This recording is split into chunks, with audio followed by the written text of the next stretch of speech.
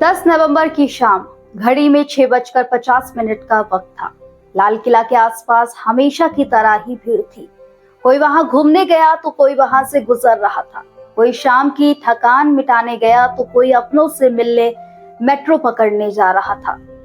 सब कुछ ठीक था, जैसे हमेशा चलता था वैसे ही चल रहा था। लेकिन एक हुंडई i20 धीरे धीरे सिग्नल पार करती है और कुछ सेकंड में ही सब कुछ खत्म हो जाता है। एक जोरदार धमाका हुआ और एक पल में ही सब कुछ तबाह हो गया। हर तरफ चीख पुकारे मच गई, सड़क लाल हो गई, किसी का हाथ वहां पड़ा तो किसी का सर। आवाज इतनी भयानक थी कि पूरे इलाके में दहशत फैल गई। लोग कुछ समझ ही नहीं पाए कि आखिर हुआ क्या है।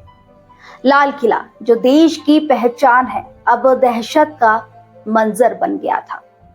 उस हादसे का सीसीटीवी फुटेज सामने आया है, जिसमें धमाके से कुछ ही पल पहले की झलक दिखती है। सड़क पर हलचल, गाड़ियां जा रही और फिर अचानक एक तेज रोशनी के साथ सब कुछ खत्म हो जाता है। इतना बड़ा विस्फोट हुआ कि आसपास लगे सारे कैमरे टूट गए। इस हादसे में बताया गया है कि 10 लोगों की मौत हुई है और 26 लोग बुरी तरह से घायल हैं। लेकिन आप ही बताइए, सीसीटीवी फुटेज देखकर लगता है कि सिर्फ 10 लोगों की जाने गई है।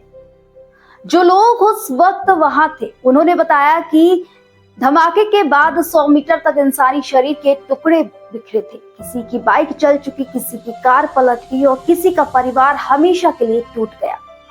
लाल किले जैसे ऐतिहासिक और सुरक्षित इलाके में ऐसा धमाका होना सबको हिला गया। प्रधानमंत्री नरेंद्र मोदी ने खुद बयान जारी किया कि जिसने भी ये साजिश रची उसे किसी भी हालत में बख्शा नहीं जाएगा। इसके पीछे के षड्यंत्रकारियों को बख्शा नहीं जाएगा। लेकिन सच्चाई ये है कि जो परिवार अपने किसी को खो चुके हैं, उनके लिए ये बयान सिर्फ शब्द रह गए हैं।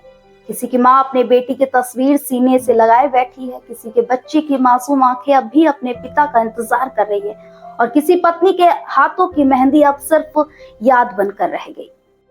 दिल्ली की उस शाम की चीखें अब भी हवा में गूंजती है। वो लोग जो मारे गए वो अब कभी वापस नहीं आएंगे, पर उनके पीछे जो टूटी हुई जिंदगियां हैं वो हर दिन इस दर्द के साथ जी रही है कि बस अगर उस एक दिन, एक मिनट पहले या बाद में होते तो शायद आज सब कुछ ठीक होता।